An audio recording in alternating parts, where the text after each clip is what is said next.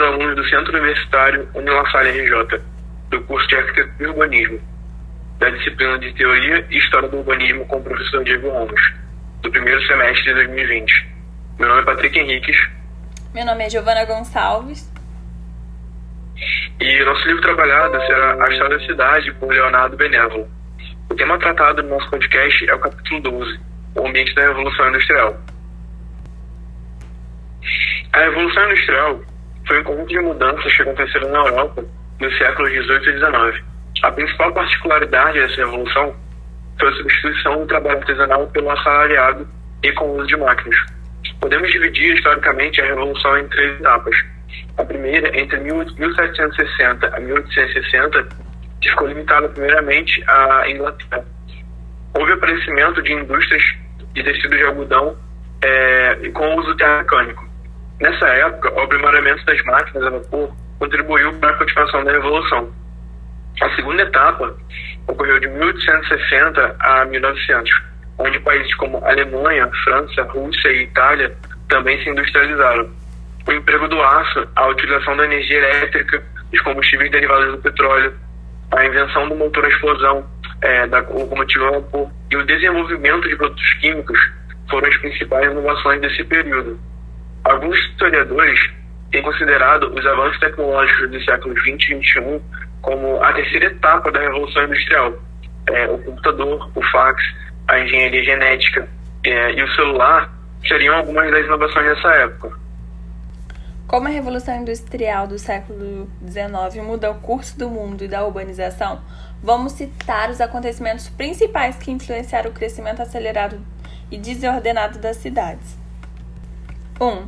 A diminuição da mortalidade. O índice de mortalidade distanciado do de natalidade é de 37 por mil, o índice vai para 20 mil na Inglaterra no século XIX. Devido à queda da mortalidade infantil, aumenta o número de jovens ocupando os lugares na sociedade, modificando a estrutura da população e o aumento no número da população. 2. A melhor qualidade de vida. Com o avanço tecnológico e econômico, aumenta a produção dos bens e serviços. A população exige ainda mais esses bens e a indústria acaba atendendo às necessidades com a qualidade superior, o que faz aumentar a qualidade de vida das pessoas. 3. Camponeses se tornam assalariados. Camponeses independentes se tornam assalariados ou operários das indústrias, o que se fazem deslocar do campo para próximos às indústrias, sejam próximos dos cursos de água ou após a máquina a vapor, próximos às agendas de carvão. E as indústrias tendem a se estabelecerem ao redor das cidades. Isso faz com que a população das cidades cresça significativamente, fazendo com que as pessoas saiam do campo para as cidades. Exemplo, Londres, no final do século XVIII, tem 1 milhão de habitantes.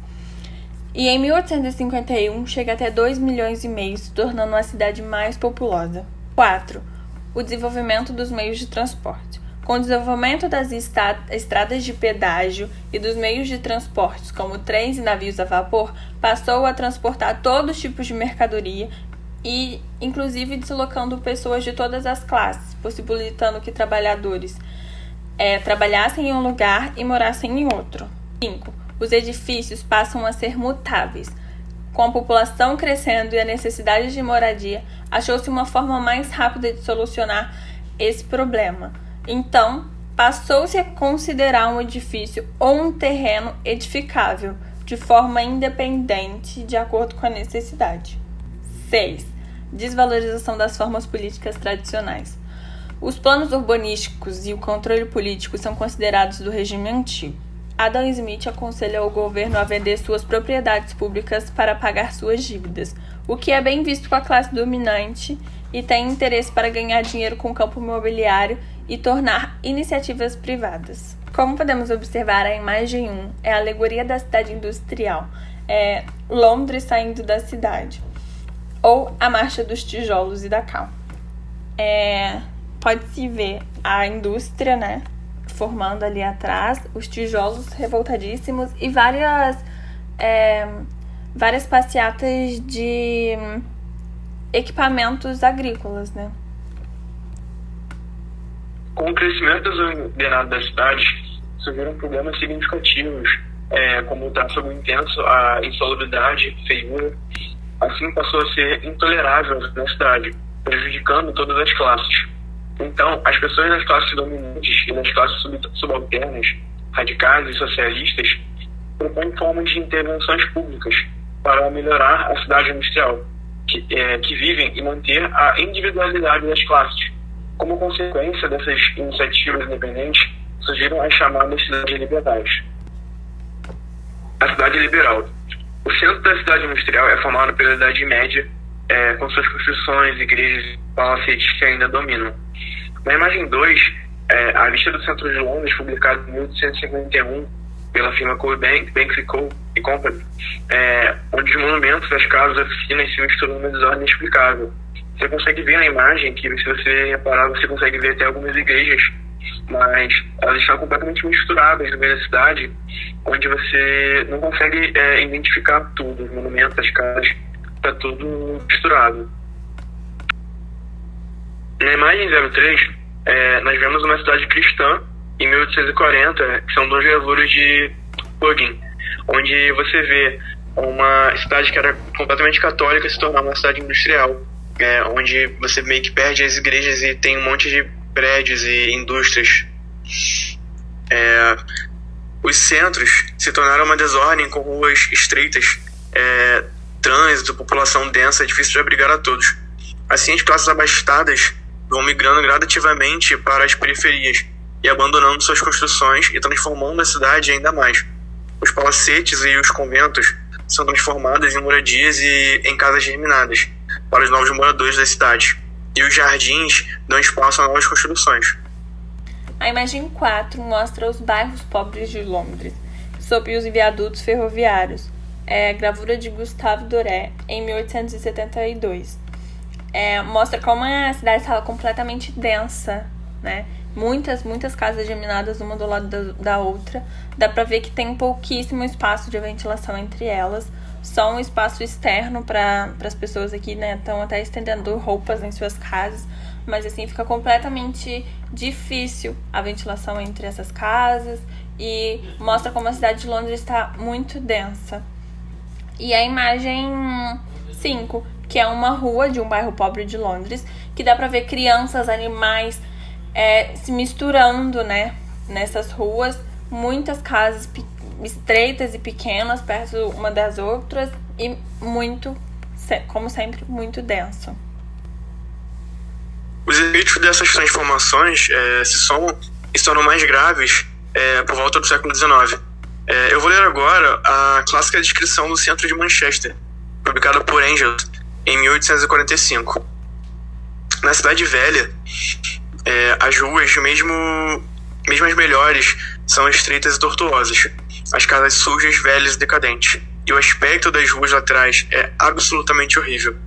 São os restos da velha Manchester, pré-industrial, cujos antigos habitantes se transferiram com seus descendentes para bairros de melhor construídos, deixando as casas que para eles haviam se tornado demasiadamente miseráveis, para uma raça de operários fortemente misturada com o sangue irlandês. Aqui estamos num bairro quase que exclusivamente operário, porque também as lojas e as tabernas não se dão ao trabalho de parecerem um pouco asseadas. Mas isso ainda não é nada em comparação com as vielas e os pátios que se desdobram por trás delas, e aos quais chegam somente por meio de estreitas passagens cobertas, através das quais não passam nem 2 pessoas uma ao lado da outra. É difícil imaginar a desordenada mistura das casas, que zomba de todo o urbanismo racional.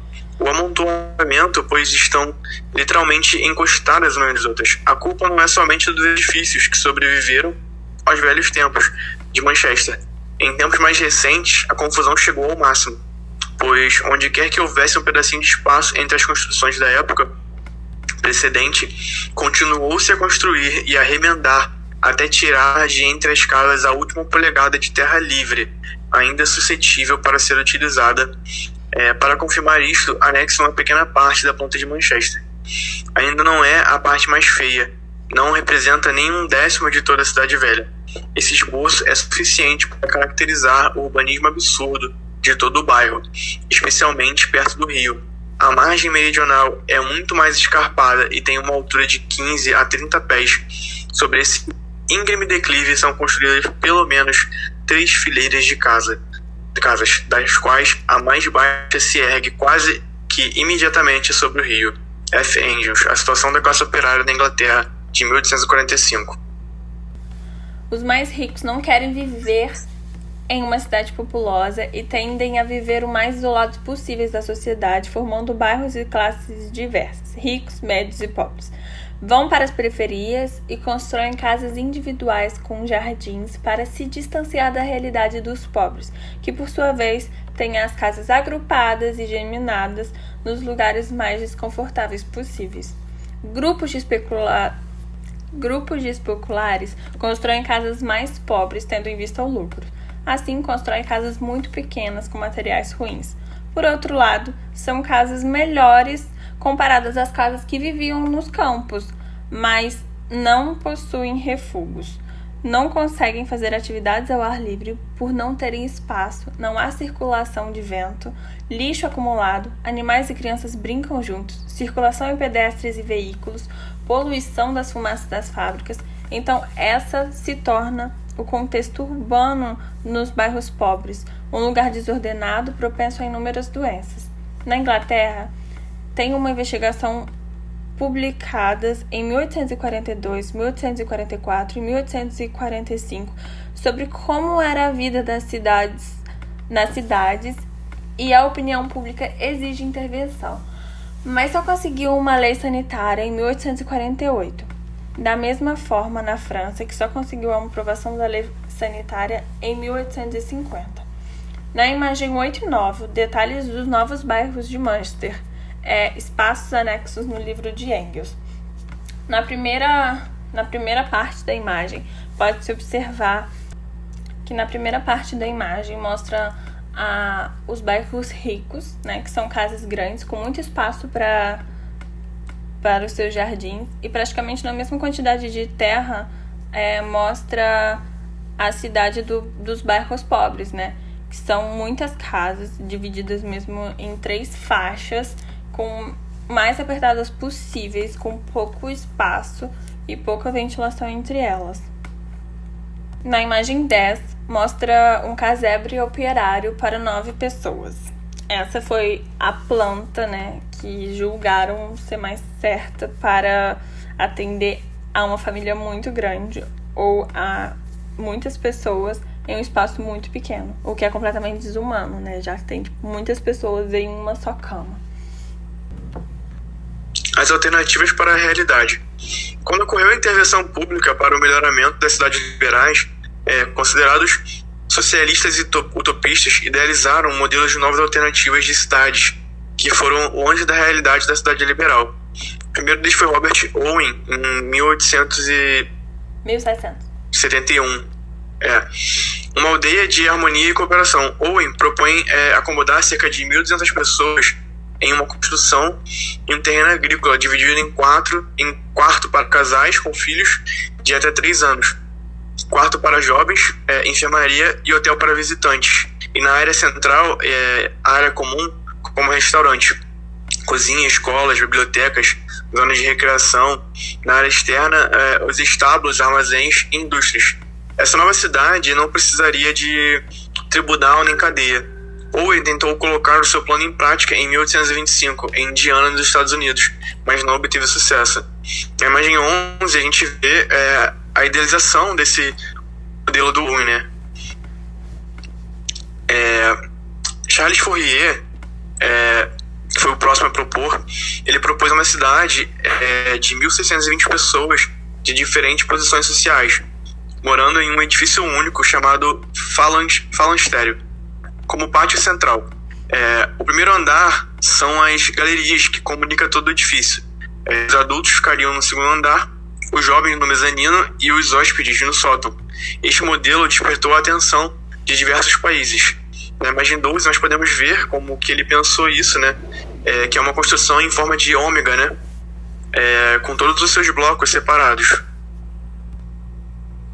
O próximo foi Jean-Baptiste Godin, que se inspira no falante estéreo e constrói o família estéreo e faz um edifício mais modesto com acomodações particulares para cada família. O edifício principal possui 3 blocos de 4 andares e os pátios são cobertos por vidros, e as escolas, lavanderias, banhos públicos, teatros e oficinas são em edifícios acessórios. Temos a nossa imagem 13, onde mostra isso, que parece um enorme galpão, né, com as casas rodeadas e parece um pátio enorme e com todas as casas como se fossem apartamentos. Na nossa imagem 14 temos uma vista superior disso e mostra como essa organização lembra o mesmo formato do que a que já falamos em cima, que tem aquele formato de ômega ou um C assim para baixo, né? A nossa imagem 14 mostra uma planta baixa e o corte de como seria a idealização dessa construção.